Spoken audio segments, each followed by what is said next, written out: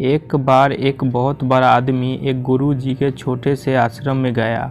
वह गुरु जी के बारे में बहुत सुना था, तो उसके मन में आया कि मैं एक बार जा कर के देखता हूँ कि लोग उसकी इतनी तारीफ़ क्यों करते हैं। जब वह उस आश्रम में गया तो वहाँ पर एक छोटा सा कमरा था जहाँ पर एक कालीन बिछा हुआ था। वहाँ पर कुछ लोग नीचे बैठे हुए थे और गुरु जी सामने बैठे हुए थे। कुछ सवाल जवाब चल रहा था। वह आदमी उस आश्रम में आया और उस आदमी के साथ 4 बॉडीगार्ड भी थे और उसकी यह आदत थी कि जहाँ पर भी वह जाता लोग अपनी जगह छोड़कर खड़े हो जाते और उसकी तरफ देखते थे, हाथ जोड़ते थे और सर झुकाते थे। लेकिन यहाँ पर ऐसा कुछ भी नहीं हुआ। गुरु जी व्यस्त होने के कारण उसकी तरफ देखा तक नहीं। तभी वह आदमी को लगा कि यह मेरी बेइज्जती है और वह इस बात से गुस्सा हो गया।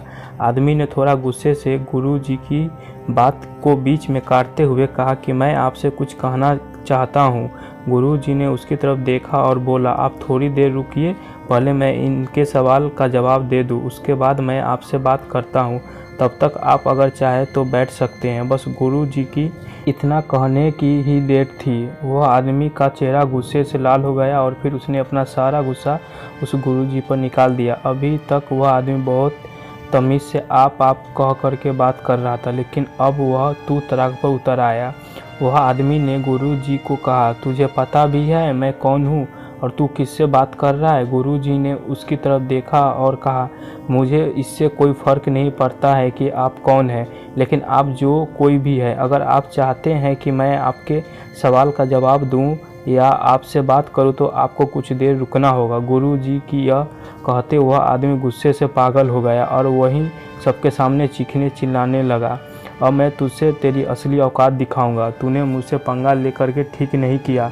तुझे पता भी है मैं तेरे बारे में क्या सोचता हूँ?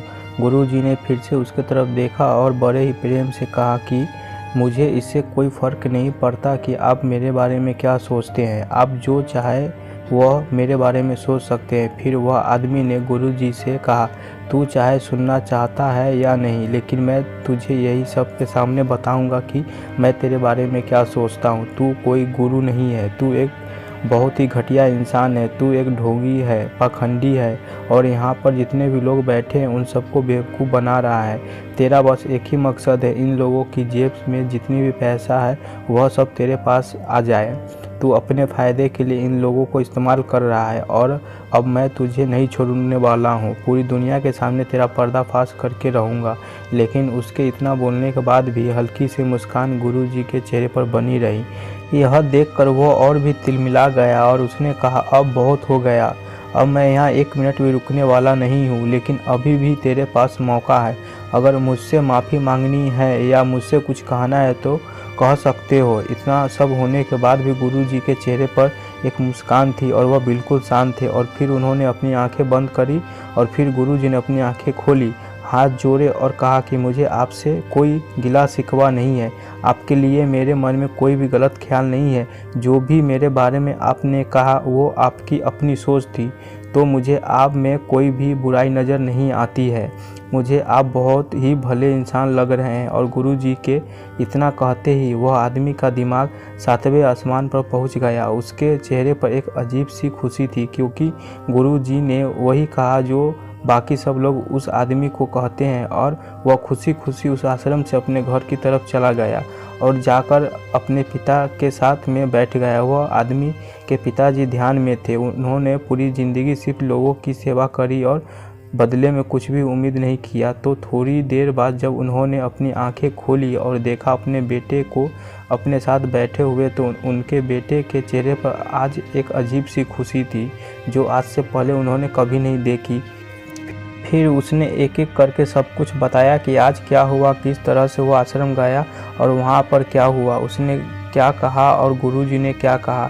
जब उसके पिताजी ने पूरी बात सुनी तो थोड़ा सा मुस्कुराए और अपने बेटे को देख करके बोले कि उन्होंने तुम्हारी तारीफ़ नहीं करी, क्योंकि उन्होंने वह नहीं कहा कि जो तुम हो, उन्होंने वह कहा कि जो वह खुद है। और तुमने जो भी कुछ उनको कहा वो नहीं कहा कि जो वो है, बल्कि तुमने वो कहा जो तुम खुद हो। यही बात वेदों में भी कही गई है। यथा दृष्टि तथा सृष्टि, यह दुनिया तुम्हें वैसी नहीं दिखती जैसी यह दुनिया है। यह दुनिया वैसी दिखती है तुम्हें जैसे तुम खुद हो। जिसकी नज़र जैसी है उसके लिए यह दुनिया वैसी ही है। तो अगर तुम अपनी दुनिया को बदलना चाहते हो तो उसका सिर्फ एक ही तरीका है, अपनी नज़र को बदलो। आशा करता हूँ कि इस कहानी के माध्यम से आपको कुछ न कुछ सीख जरूर मिली होगी। अगर मिली हो तो अपने दोस्तों के साथ ज़्यादा से ज़्यादा शेयर करें। ऐसे ही प्रेरणादायक कहानी हिंदी में सुनने के लिए लाइक और चैनल को सब्सक्राइब जरूर करें। धन्यवाद।